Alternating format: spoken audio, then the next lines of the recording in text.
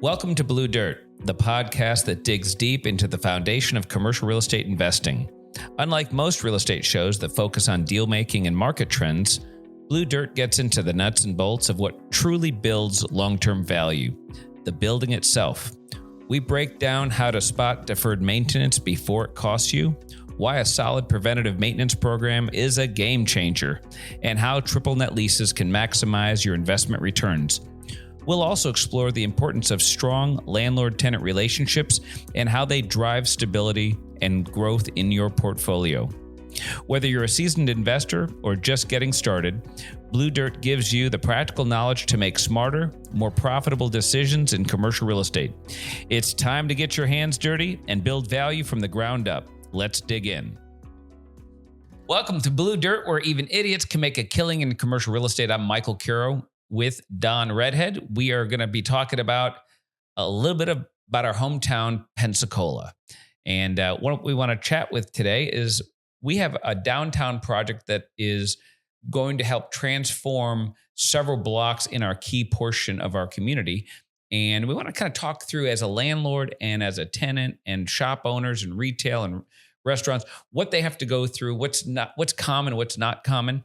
And just thought we'd just kind of discuss it and just see what comes up. Yeah.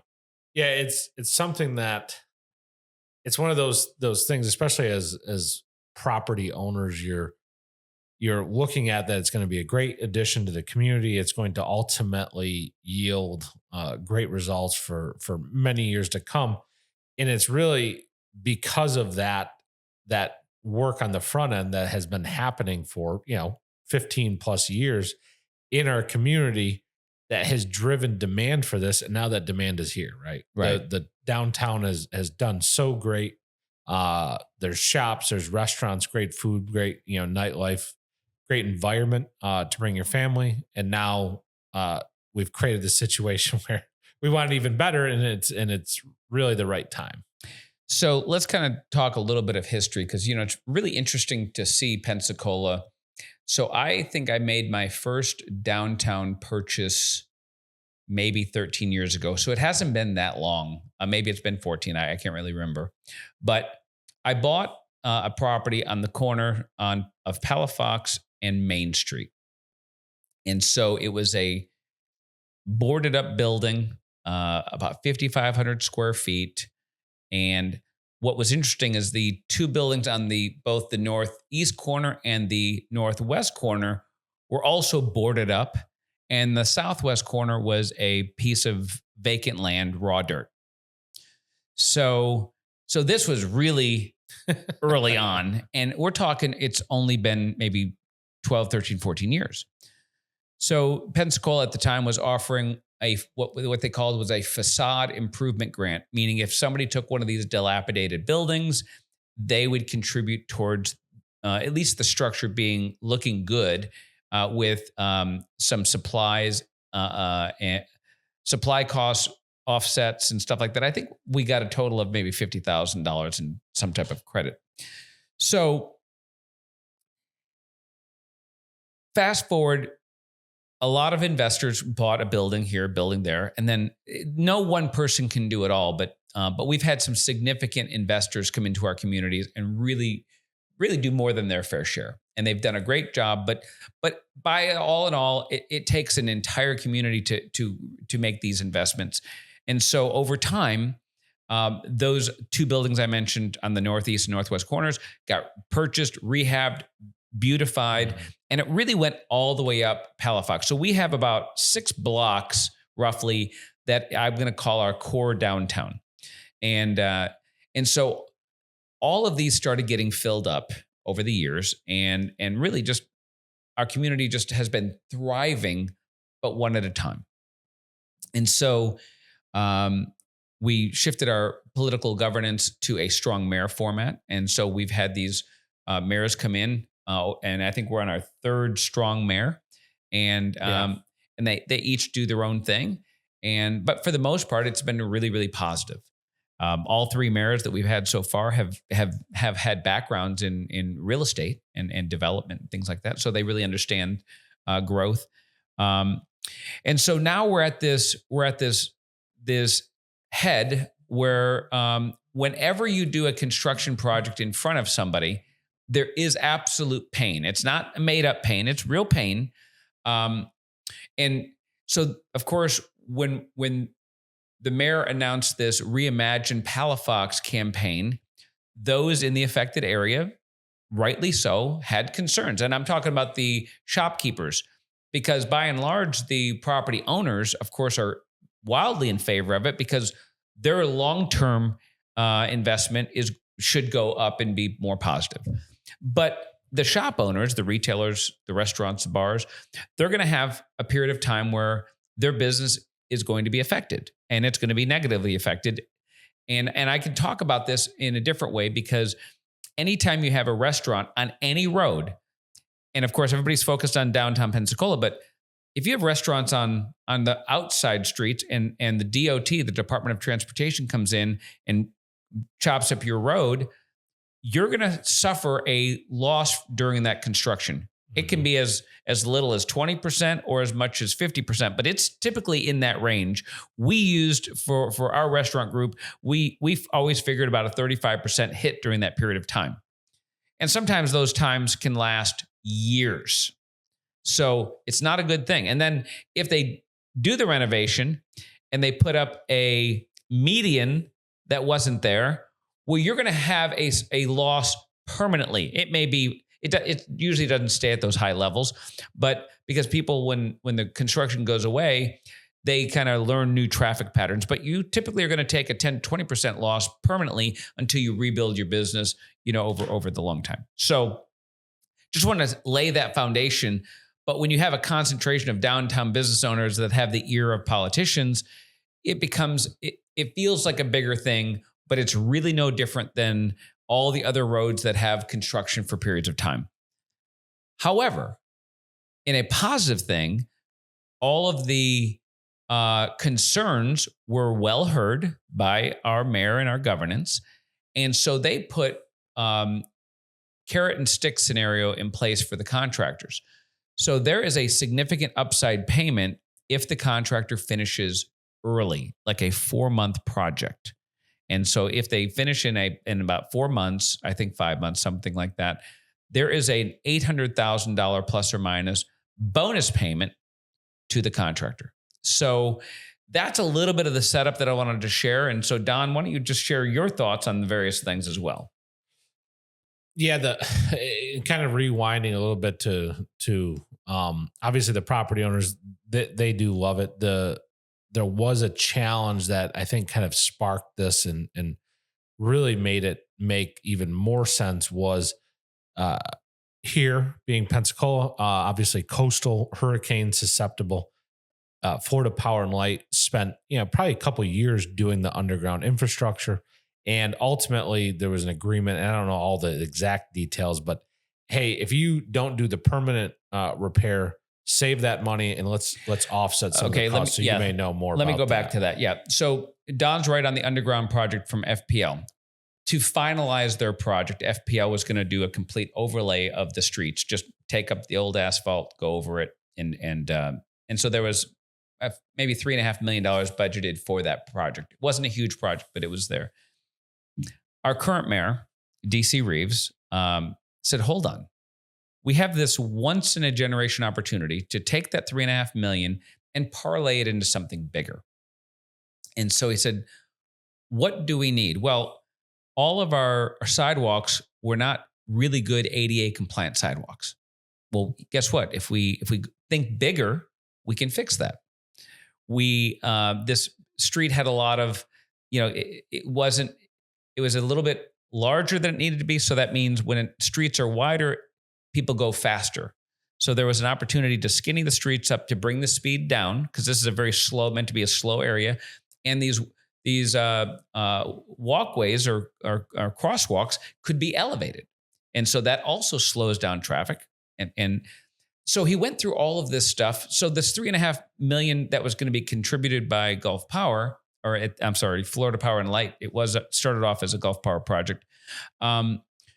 He said, let's make it better. Well, in addition, we have a need for more drainage to solve for our long-term flooding problems in this particular area. So he's solving all of these problems that are still would be pervasive if we did not do anything. And so he really wrapped it up into one big, beautiful package and allowed us to go in. And the final product visually is going to be unbelievable, but he's also solving a lot of problems at the same time. So pick it up from there. Yeah, no, that's it. I mean, that was just a really smart way to look at, hey, because realistically, right, we would have wanted this type of project in the very near to short term. As a community, it really makes the downtown much more desirable, walkable, accessible, like you're saying, for ADA compliance. So just now's the time. It is going to be a short-term pain. But why I thought, as I was kind of ruminating on, this was a very relevant. It's definitely city infrastructure being completed, but it really goes to kind of what we as property owners do. You have to be mindful of how it's going to be impacting your tenants. You have to be mindful. Hopefully it's positively impacting your property. But a lot of times we have to be out there in the community, sitting on boards, participating in an active way, and giving back to the community in some sort of stewardship. Because we are representing tenants, we're representing ourselves or our clients, all these different ways, and just having a better community tends to increase long-term for the businesses, for the property owners, just makes your entire area just a much better place to live. So, yeah, I think now is the time. No time like the present, but the part that we're going to have to now navigate a little bit. Fortunately, we don't have any tenants in the immediate construction area, but we have tenants kind of in the outlying areas. And it's already getting a little bit of rumbles. How are we going to navigate this? So fortunately, the city's done a great job communicating different resources. They're promoting, they're marketing, and really just pushing this project forward, on a very steady, basis. It's just, I don't know. Right. Well, and they've done other things as well. They reached out and said, what would help you? And so the retailer said, hey, free parking. So now free parking is downtown until the construction is over. We have, if the contractor does not finish early and get their big bonus, the city is committed to distributing that bonus to the retailers. So if the contractor doesn't get it, the city still has agreed to pay it, but they're going to pay it to the retailers to help offset some of the pain. And so they're really working hand in glove. They're doing a great promotional campaign that says, hey, listen, while Palafox is under construction, please really go visit our downtown businesses. And I know that we personally as a family have decided, hey, we're going to go eat, drink, shop as much as we can in those areas, maybe more than we normally would. We live downtown, so we're a little bit different. We're always downtown eating and drinking and shopping as anyways. But if we can do that an extra couple times a month, that's what we're here to do. We're going to eat out anyways. So instead of going someplace else, let's just go to our affected neighbors. As a landlord and tenant, you really can help work hand in glove with them if there's a way to reduce the rent for a period of time, or just to give some type of relief. And now, as a landlord, if I give relief, I typically will ask for something on the back end, maybe extended term, because I'm in the landlord business. So, but I will tell you, it's no different than COVID. You may have heard me say this in the past. When COVID hit, all of our restaurant tenants were suffering greatly.